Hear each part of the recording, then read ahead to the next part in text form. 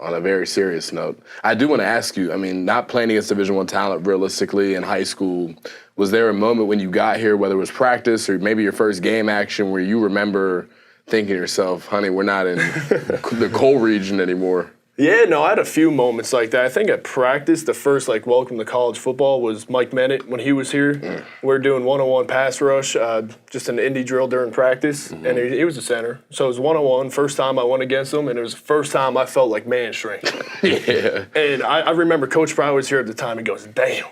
After I just, on my back, laying on top of me, 320 pounds on top of me, I was like, holy crap. I never felt that. So it was, I think that was it. First game playing against Illinois during COVID. You finally get to play, running down on kickoff in the last game of the year.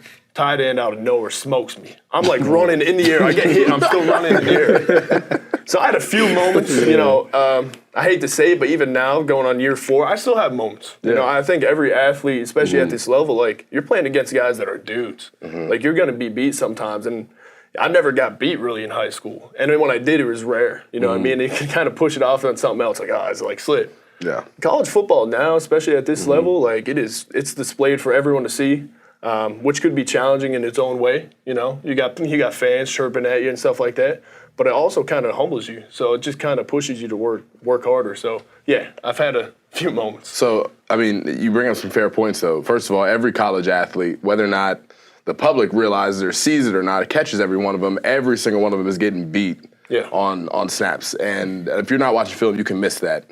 When you are getting beat, when a fan does have something to say to you, when you go through some of that adversity, what has allowed you to stay the course and keep pushing towards those goals? Just really leaning on the guys that you go to war with every day.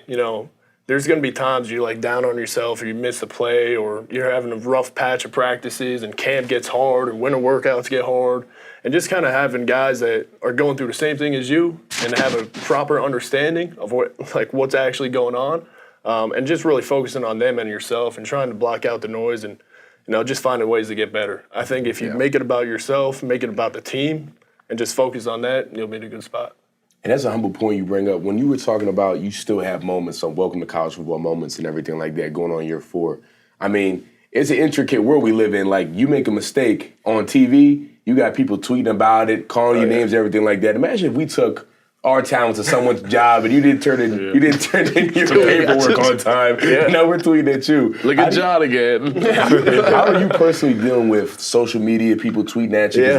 We know you you have to deal with stuff like that. How are you dealing with it this season as compared to the past? Yeah, it's kind of tough. The first 2 years, I didn't even think anything of it. I wasn't really on the field. And last year, just kind of playing, snaps elevate. You kind of hear some good, and then it's kind of you get a little adrenaline, a little rush, a little fix from it.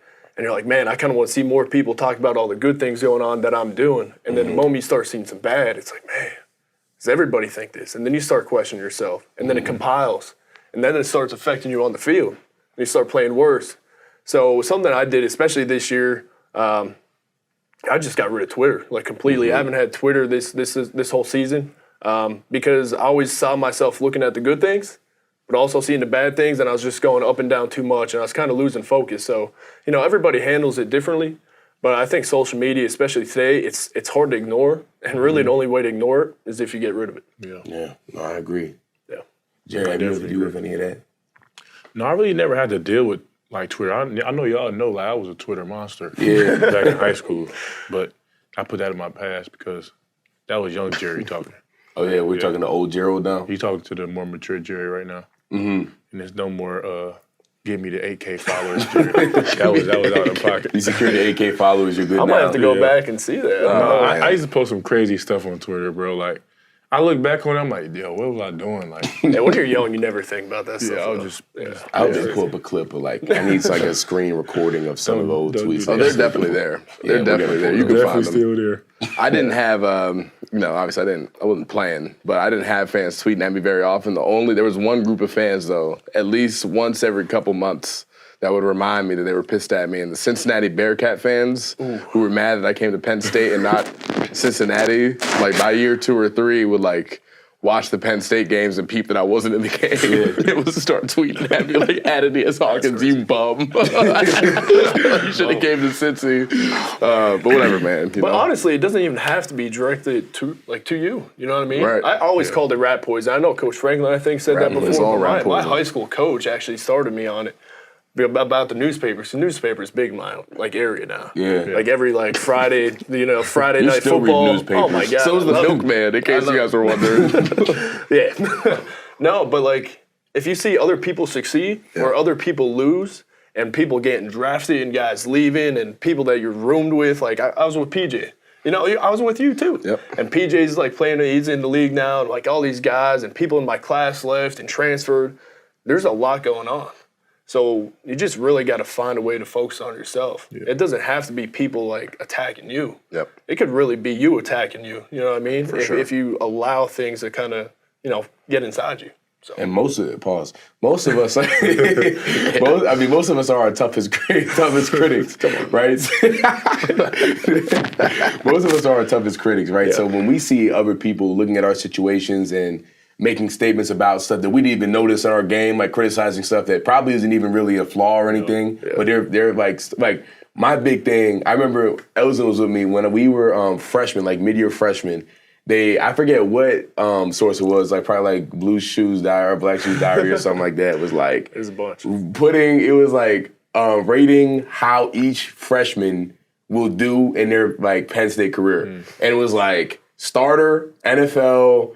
Role like a rotational and depth provider, and it was like three guys, right? There were three guys that provided each individual one. I remember. And we're going through. It's like Elson. It's like potential starter, and then like one guy's like depth provider. Like there's like MOBA. It's like starter, depth provider. Oh, mine is all three were like depth providers. Like, yo, I was sick to my stomach. I'm like 17. I'm like, man, they don't know Doc, man. They don't know me. Start doing push-ups in your room. Yeah, they don't know I'm doing push-ups in my room, bro. I'm David Goggins. And like, it could be motivated. It really can be. And are you going to turn it into a purpose, or are you going to turn it into something that, deteriorates you? But it's just like anything. Over time, when it continues to add on and build on you, you're not getting positive feedback when you're putting so much in.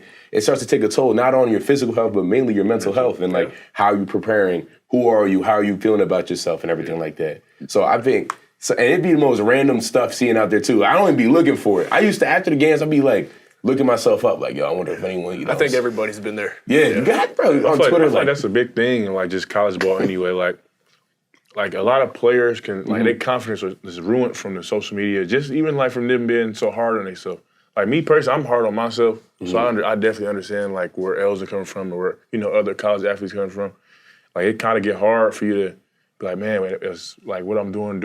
Is it working? Is it right? Like is it gonna get me better? So definitely like just cutting out social media. That's the biggest thing because all that negative energy that's not good for you at all.